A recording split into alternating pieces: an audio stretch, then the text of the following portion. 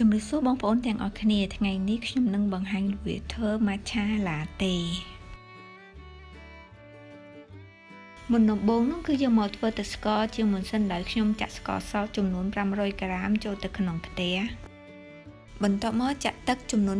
250 ml ដាំទឹកស្ករនោះឲ្យពុះពេលទឹកស្ករពុះហើយបន្តរង្វាស់ទឹកស្ករនោះរយៈពេល5នាទីទៀត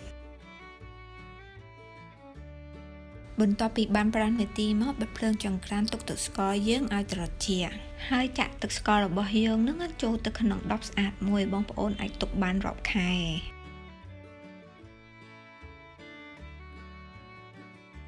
ឥឡូវយើងមកមើលរបៀបធ្វើតែ matcha latte សម្រាប់កែវ16អោនវិញម្ដង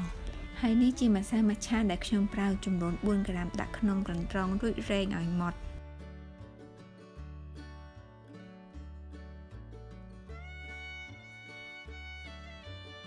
បន្ទាប់មកចាក់ទឹកក្តៅអ៊ុនៗនោះចំនួន50 ml ហើយយកម៉ាស៊ីនមកវាយឲ្យម្សៅ matcha យើងរលាយសព្វល្អហើយទុកមួយឡែកសិន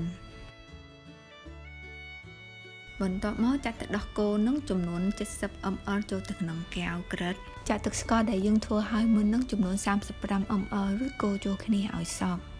រួចហើយចាក់វាចូលក្នុងកែវទឹកកកមួយបន្ថែមទឹកកកម្ដងទៀតហើយចាក់តែ matcha ដែលយើងធ្វើឲ្យមុននឹងចូលជាការស្រេច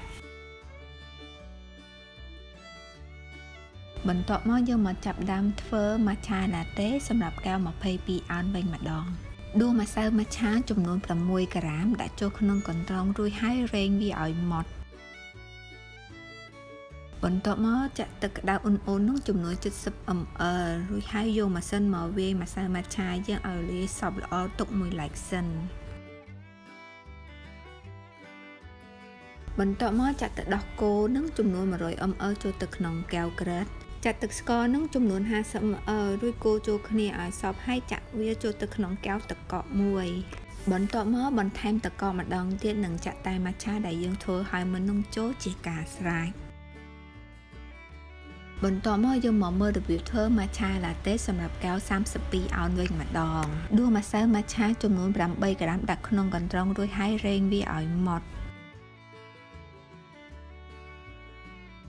បន្តមកចាក់ទឹកក្តៅអ៊ុនៗនឹងចំនួន100 ml រួចហើយយកម៉ាស៊ីនមកវាយឲ្យម្សៅ matcha យើងរលាយចូលគ្នាសព្វល្អរួចទុកមួយឡែកសិន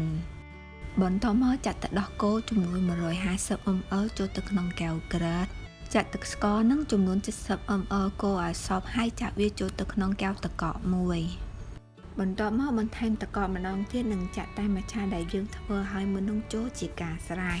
សម្រាប់រូបមន្តនេះសម្រាប់ជាតិផ្អែមនិងម្សៅ matcha បងប្អូនអាចថែមឬក៏ថយតាមដែលបងប្អូនចូលចិត្តជាពិសេសគឺម្សៅ matcha ដែលបងប្អូនទិញគឺមានម៉ាកខុសៗគ្នាការប្រើប្រាស់ក៏ខុសៗគ្នាដែរសូមអរគុណបងប្អូនដែលទស្សនាវីដេអូខ្ញុំពីដើមដល់ចប់សង្ឃឹមថាបងប្អូននឹងចូលចិត្តបើមានសំណួរឬយោបល់អ្វីសូមបងប្អូនសរសេរ comment នៅខាងក្រោមសូមបងប្អូនជួយចុច like និង subscribe YouTube channel របស់ខ្ញុំដើម្បីជួបគ្នានៅវីដេអូក្រោយៗទៀតអរគុណច្រើនសូមជម្រាបលា